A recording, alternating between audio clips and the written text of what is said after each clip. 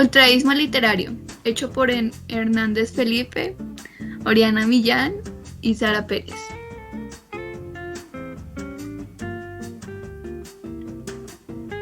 Introducción. ¿Qué es el ultraísmo literario? El ultraísmo literario fue un movimiento español e hispanoamericano. Estuvo caracterizado por proponer complicadas innovaciones como el verso libre, las imágenes atrevidas y simbolismo como el desafío de esquemas literarios tradicionales.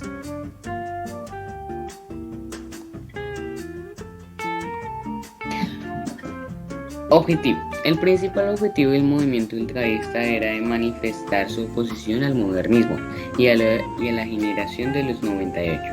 Los escritores que se adherían a esta corriente se veían a sí mismos como literarios rupturistas en relación a los esquemas establecidos por la poesía anterior.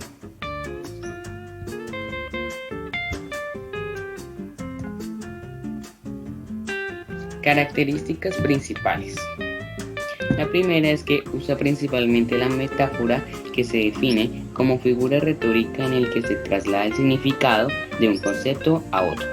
La segunda es que elimina los nexos, definidos como una partícula gramatical cuya función sintáctica es unir unas palabras, y las conjunciones, definidas como palabras que unen elementos de una o más oraciones. La tercera característica es la supresión del ornamental, definido como adorno a las conjunciones, definido como lo no necesario. La cuarta es la síntesis de imágenes. Basados en la idea de que una imagen vale más que 1000 palabras, empezaron a poner imágenes en sus textos, pero sintetizadas, es decir, la imagen pasa por un proceso en que la figura es simplificada, manteniendo el uso de líneas y planos, pero en la menor cantidad posible. La quinta es la abolición de la rima, definida como igualdad de sonidos entre dos o más palabras a partir de la última sílaba acentuada. La sexta es el abundante uso de las esdrújulas, es decir, palabras que llevan el acento en la penúltima sílaba. Y la última es su medio principal de difusión, fueron las revistas, entre las que tenemos que destacar Ultra, Cervantes, Grecia y Horizonte.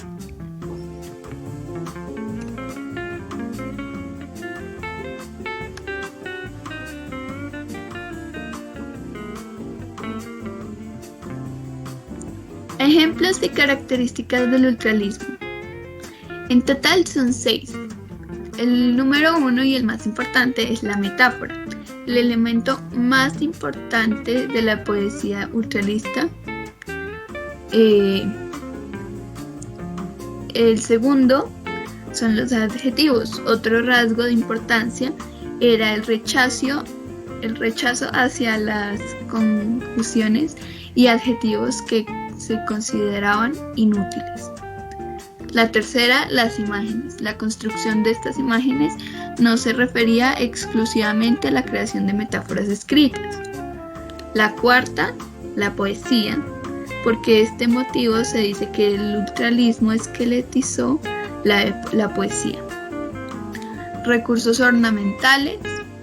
Los poetas ultraístas se esforzaron por eliminar los recursos ornamentales, con ellos los versos grandilocuentes. Las narraciones, por este motivo, evitaban las narraciones, anécdotas o prédicas en general que estaban orientando a la poesía pura.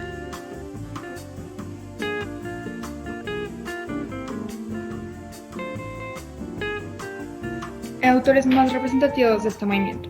Los autores ultraístas en general querían oponerse a los modernistas y a la generación del 98, que eran la corriente literaria predominante desde hace años, como ya explicó mi compañera. La generación del 98 era el nombre con el que se había reunido tradicionalmente al grupo de escritores, ensayistas y poetas españoles que se vieron profundamente afectados por la crisis moral, política y social que se desencadenó en España por la derrota militar en la guerra hispano-estadounidense, que fue más o menos el contexto histórico de la época, además de la Primera Guerra Mundial que se desarrolló entre 1914 y 1918. También se oponían a compromisos sociales como cristianismo y marxismo. El principal representante de este movimiento fue Guillermo de la Torre, que nació en 1900 en la ciudad de Madrid y falleció en 1971 en Buenos Aires. Él fue el fundador del ultraísmo y el que principalmente impulsó este movimiento. Se casó con Nora Borges, la hermana de Jorge Luis Borges. Es mejor conocido por obras de crítica como Examen de conciencia, Problemas estéticos de la nueva generación española y Hélices, que es su poema más famoso. Publicó la revista Manifiesto Vertical Ultraísta en 1920, también conocida como la revista Ultra, con la que fundó esta corriente literaria y en la que por primera vez se utiliza el término ultraísmo.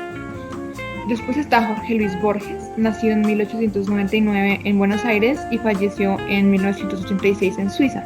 Fundó revistas muy importantes argentinas de ultraísmo como Prismas y Proa en 1921. Y junto con Samuel Beckett recibió el premio Formentor, un premio muy famoso de literatura. Escribió cuentos, ensayos y poesía como El Alea, Inquisiciones, El fervor de Buenos Aires, que fueron cuentos, ensayos y poesía. Firmó el primer manifiesto ultraísta argentino y sus obras breves le dieron su mayor reconocimiento. Luego está Rafael Casino Sassens, que nació en 1883 en Sevilla y falleció en 1864 en la ciudad de Madrid. Frecuentaba muchas tertulias políticas en Madrid, donde se generó este movimiento. Escribe ensayos críticos y críticas literarias, también antologías, diarios, narrativa y poesía. Sus obras más conocidas son La Encantadora, La Madonna del Carrusel y El Eterno Milagro. También participó en la elaboración de muchas revistas ultraístas. El cuarto es Clario García Zurita, que nació en 1901 en Salamanca y falleció en 1967 en México. Él fue el responsable de la redacción del primer manifiesto ultraísta. También fundó revistas como Tableros y Horizonte, que fueron revistas ultraístas muy importantes. Trabajó en la revista Ultra también, y sus obras más reconocidas son El Ala del Sur, Poesías de la Guerra y Héroes del Sur. Libros del ultraísmo. Acá, como pueden ver, hay algunos ejemplos, pero yo voy a resaltar uno de ellos, que es Hélices, que es un libro escrito por Guillermo de la Torre, en el cual es un libro de poemas variados, y uno de ellos es los párrafos. Un vuelo de miradas acribilla la noche, cada relámpago es un ojo de Argos. El viento nos golpea con sus puños, la tempestad dispara sus pistolas automáticas, las estrellas tocan y arrebatan. La noche extravía la atleta de los 4 puntos cardinales del horizonte. Los tejados se inundan con sus lágrimas y descarrafila el tren de las horas. La tormenta enciende sus carteles eléctricos y todos los transeúntes cambian sus reflejos. Este es un pequeño párrafo de uno de los poemas que trae el libro.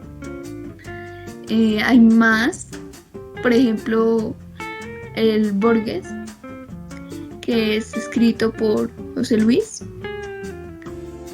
Y pues acá hay más ejemplos, los cuales son todos estos libros cuentan con la reducción de la lírica a su elemento primordial y la metáfora. También cuentan con la eliminación de los trabajos ornamentales, es decir, la retórica, los versos.